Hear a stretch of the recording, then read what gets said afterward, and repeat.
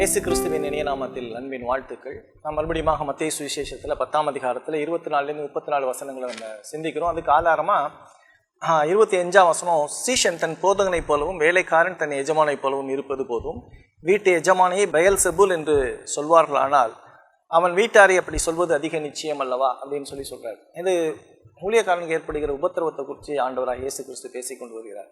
ஊழியக்காரன் அவனுக்கு ஒரு முக்கியமான ஒரு விஷயம் என்னன்னா, உபத்திரவம் தவிர்க்க முடியாது. ஊழியத்தில் உபத்திரவத்தை தவிர்க்கவே முடியாது. உபத்திரவத்தை கடந்து செல்லணும்னு நம்ம நினைக்கக்கூடாது. விசுவாசிக்கு உபத்திரவம் கட்டாயம் உண்டு. இப்போ இந்த உபத்திரவப்படுறப்போ ஒரு விஷயத்தை நம்ம நல்லா புரிஞ்சுக்கணும். நாம் ஊழியக்காரன் கிறிஸ்துவினுடைய பாடுகளை நம்ம என்ன செய்கிறோம், பகிர்ந்து கொள்கிறோம். கிறிஸ்துவினுடைய பாடுகளை நாம் பகிர்ந்து கொள்ளும். இது ஊழியக்காரன் கொடுக்கப்பட்ட சிறப்புரிமை. அடுத்தது, கிறிஸ்துவுக்கு மேலே நம்ம பாடலாம் ஒன்றும் படலை.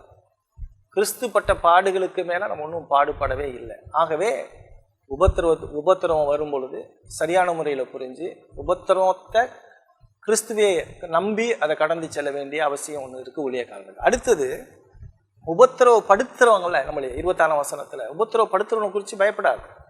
அவன் சரீரத்தை மட்டும்தான் கொல்ல முடியும், ஆத்மாவை கொல்ல முடியாது. அதனால தான் சொல்கிறாரு, சரீரத்தையும் ஆத்மாவையும் கொல்ல வல்லவருக்கு நீங்கள் பயப்படுங்க அப்படின்னு சொல்கிறார். ஏன் அப்படின்னு சொன்னால், இதில் ரொம்ப முக்கியமான விஷயம் நம்ம ஆத்மாவுக்கு செய்தி சொல்லிட்டு இருக்கோம்.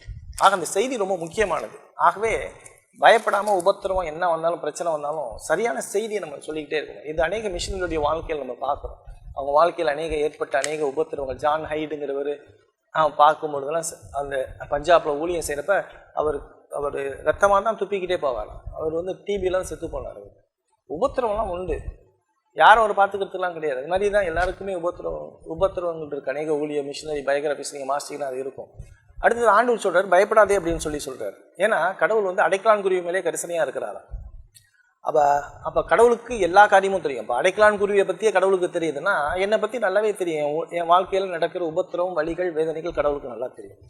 அடுத்து கடவுள் என்ன சொல்கிறார், அடைக்கலான்குருவியை பார்க்க விசேஷித்தவன் சொல்கிறார். ஏன்னா உங்களுக்கும் எனக்கும் ரட்சிப்பை கொடுத்து உங்களுக்குள்ளேயும் எனக்குள்ளேயும் பரிசுத்த ஆவியான தேவனை கொடுத்துருக்கிறார். எனக்குள்ள பரிசுத்த ஆவியான தேவன் வாசம் பண்ணுகிறார். ஆகவே சுவிசேஷத்தை தைரியமாக சொல்லுங்கள். இயேசுவை மறுதளிச்சிடாதீங்க. காசுக்காக, புகழுக்காக, வேற எதுக்காகவும் கிறிஸ்துவை மறுதளிச்சிடாதீங்க. சத்தியத்தை சொல்லுங்கள், வேதத்திலேருந்து சொல்லுங்கள், வேதத்திலேருந்து கிறிஸ்துவை சொல்லுங்கள். கிறிஸ்துவை அறிக்கை பண்ணாமல் இருக்காதீங்க. நம்மளுடைய வாழ்க்கையில் மிக இன்றியமையாத ஒரு செய்தியை கிறிஸ்துவை சொல்கிறது தான். அவர் ஒருத்தர் தான் ரட்சகர், அவர் இல்லாமல் ரட்சிப்பு கிடையாது. ஆகவே கிறிஸ்துவை தைரியமாக சொல்லுங்கள். பாடுகள், உபத்திரவங்கள் யாருக்கும் பயப்படணும்னு அவசியம் கிடையாது. கடவுள் எல்லாம் அறிந்தவர், சர்வேகாதிபத்தியம் உள்ள தேவன். ஆகவே சுவிசேஷத்தை தைரியமாக சொல்ல கர்த்தர் கிருபையும் இரக்கமும் பாராட்டுவாராக.